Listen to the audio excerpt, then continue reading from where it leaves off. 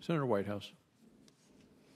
Thank you, Chairman. Let me first ask unanimous consent to enter into the record a number of letters from concerned stakeholders, including Center for Justice and Democracy, Public Citizen, and the Wilderness Society. Without objection. Thank you very much, Chairman. Gentlemen, what is the connection between carbon emissions, climate change, and the wildfire season? Thank you. For the record, two Republican witnesses gestured to the Democratic witness to have him answer the question. Happy to inherit the question, Senator Whitehouse. Thank you very much. You're not going to get off that easy. I'll turn to you guys in a minute. And I know what the Boone and Crockett Club has said about this too, Mr. Moretti. There is clear and overwhelming consensus from both objective scientists inside and outside of the agency that climate change is absolutely having an effect on our forested landscapes. The wildfire season is 2 months longer than it used to be. 1 month earlier and 1 month later, right? Correct. We are fighting fire from April to October right now. When did that happen before? It's only been in the last 10 to 15 years that we've seen this. This is a recent phenomenon. And as a result of that fuel buildup, it is hotter, it is drier, and it is continuing to dry out and build up year after year after year. And as the temperatures continue to rise, when we do have those fire conflagration events, they are extreme. So there is a clear connection between carbon emissions, climate change, and what we are now experiencing with wildfire in our forests. Factor bugs into that equation, like the bark beetle. Does that have any effect on the susceptibility of forests to wildfire, and is that connected to climate change and carbon pollution? Senator Whitehouse, bark beetles, again, are a natural part of forest ecosystems. However, as we do see the habitat changing for bark beetle and extending the season by which they can migrate and mate, we are seeing increased infestations. Meaning they can survive in northern latitudes and northern altitudes they couldn't get to before because winters were killing them off, but milder winters because of climate change are allowing them to move in those directions? That is correct, Senator. Okay. And then how does that roll into wildfires? As we continue to see increased die-off of those forests, they are less resilient when wildfires move through. We do have additional buildup of fuels, and when fires do occur, they are burning more of that fuel, and they are more extreme. A dead tree burns faster than a living one ordinarily, correct? It certainly can in this case. Mr. Moretti, agree or disagree? Well, I believe that whether it's climate change or whether it's a lack of management, our forests are in need of they are in bad shape. They're in bad health. That wasn't the question that you were asked, though. But the question I'm saying is whether it's climate change or whether it's lack of management. And that's the question. First. What do you have to say about whether it is or isn't climate change? Does climate change have any role in this? We believe that we've gone through a much drier cycle in a lot of areas in the West, and this last winter in western Wyoming we had one of the hardest winters we ever had on record, and so. We believe that these forests are under a huge amount of stress, again, whether it's through climate change, lack of management, or whatever. Do you have another explanation for why the forest fire season or the wildfire season would have expanded a month out in either direction? Could that be in any rational way ascribed to management issues? Well, I think it can be. I think that when we go through these periods, dry conditions, and we have these forest fuels build up and these dead trees that we haven't been able to get out and harvest, that anything from man-made to natural cause can start a forest fire. And once it starts, you see how they're all consuming. And as we've heard, there's been millions of acres consumed this year. So it sounds like what you're saying is that the expansion of the wildfire season could be helped by management practices that could reduce some of the fuel load and so forth. We could reduce the fuel load. But it's not management practices that are actually expanding the wildfire season, is it? Well, it all depends. It depends on what's causing those fires. If it's a man-made fire... Now we get back to my original question. I know, but if it's a man-made fire, it's the... Well, let me start by this. Do you agree that the wildfire season has expanded by 2 months, as Mr. Cruz has said? I'll agree to that. Okay. And do you have an explanation as to why that is happening on a consistent basis? It's not just a one-off that it happened in 1 year. It's No. It's persistent and it's a trend now, is it not? Yeah, that's not my area of expertise. Okay. Mr. Crapster, anything to add? You only have about a second. Mr.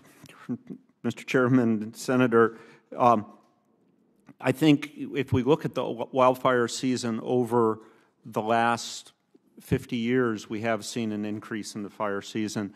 If we look historically, we had in the early 1900s, we had a period of years with very long fire seasons.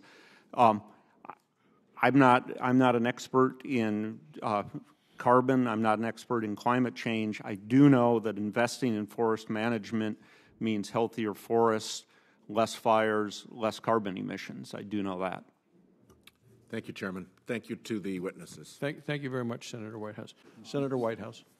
Thank you, Mr. Chairman. Let me first say that it's a very different thing to be allowed to speak after a vote has been taken than to have the opportunity to try to convince your colleagues before the vote is taken. And it's a signal to me that this process is simply not on the up and up. We ought to, on nominees as controversial as these, at least have the committee have a fair chance to try to convince colleagues before the vote is taken. If the majority then wants to ram them through, fine, but we should at least have that chance. With respect to Mr. Dorson, I think we have a particular problem. On our side, I think we've gradually become accustomed to nominees with massive conflicts of interest, having those conflicts of interest overlooked and having them rammed through on purely partisan votes, irrespective of failure to answer questions, irrespective of massive conflicts of interest, irrespective of failures to disclose huge dark money operations, irrespective of things that in a better day and in a better Senate would be fatal to the nominees. But with Dorson, it's a little different because we just worked together in bipartisan fashion to do something about toxic chemicals. Both sides gave, and we came to what I think was a reasonable, fair, and productive result. My opinion is that today's vote breaches the faith of that result. And as far as I am concerned, whatever I can do to restore the power of states to regulate in this space, I will do until we get back to a place where the spirit and the balance of what we agreed to is what actually comes out of the EPA. I think that we have been double dealt here, and I regret it. I think it is particularly inappropriate in the context of the recent bipartisan passage of TSCA. And if I could say one last thing that has to do with my home state. My home state wraps around Narragansett Bay. Narragansett Bay is an extraordinarily significant estuary to my home state. We have a Narragansett Bay estuary program that runs in my home state to try to make sure that we are taking good care of Narragansett Bay and that we understand what is happening in Narragansett Bay. There is a Narragansett Bay Estuary Program conference that was scheduled for Monday. We have participated with EPA scientists in this Narragansett Bay Estuary Program throughout. They have been important and valued parts of the work that has been done by the Narragansett Bay Estuary Program. At some time just shortly before the conference on Monday, the EPA scientists were instructed to stand down and forbidden to speak at the conference. Now, one thing is clear. They were going to have to talk about climate change. Climate change is affecting Narragansett Bay. Our mean winter water temperature is up 3 to 4 degrees. Our winter flounder fishery is shot. Our water levels have raised 10 inches since the hurricane of 1938. Fishermen see it. Coastal resource managers see it. Municipal coastal communities see it. To overlook climate change in any conversation about Narragansett Bay would be preposterous. It is equally preposterous, in my view, to have an administration that silences and censors its scientists and refuses to let them participate in multi-state, federal-state partnerships because they will be obliged to have a talk about climate change. I grew up in the Foreign Service, and my family spent time in countries where the government would do things like that, tell scientists what they could and could not say. Mr. Chairman, I don't know when the point will come when anybody in the majority will say enough about what is happening at the EPA, but I would hope that silencing scientists and telling them that they may not speak on the matters to which they have dedicated their lives because climate change is going to be discussed might just be that line. And I will ask that we try to explore what the hell happened in that incident. At the moment, we have a very bad record of getting any mail answered by the EPA, and it may take some bipartisan effort, and I would hope that the chairman would at least indulge us in getting basic questions answered as to why EPA scientists were forbidden to participate in a scientific conference. And with that, I yield my time.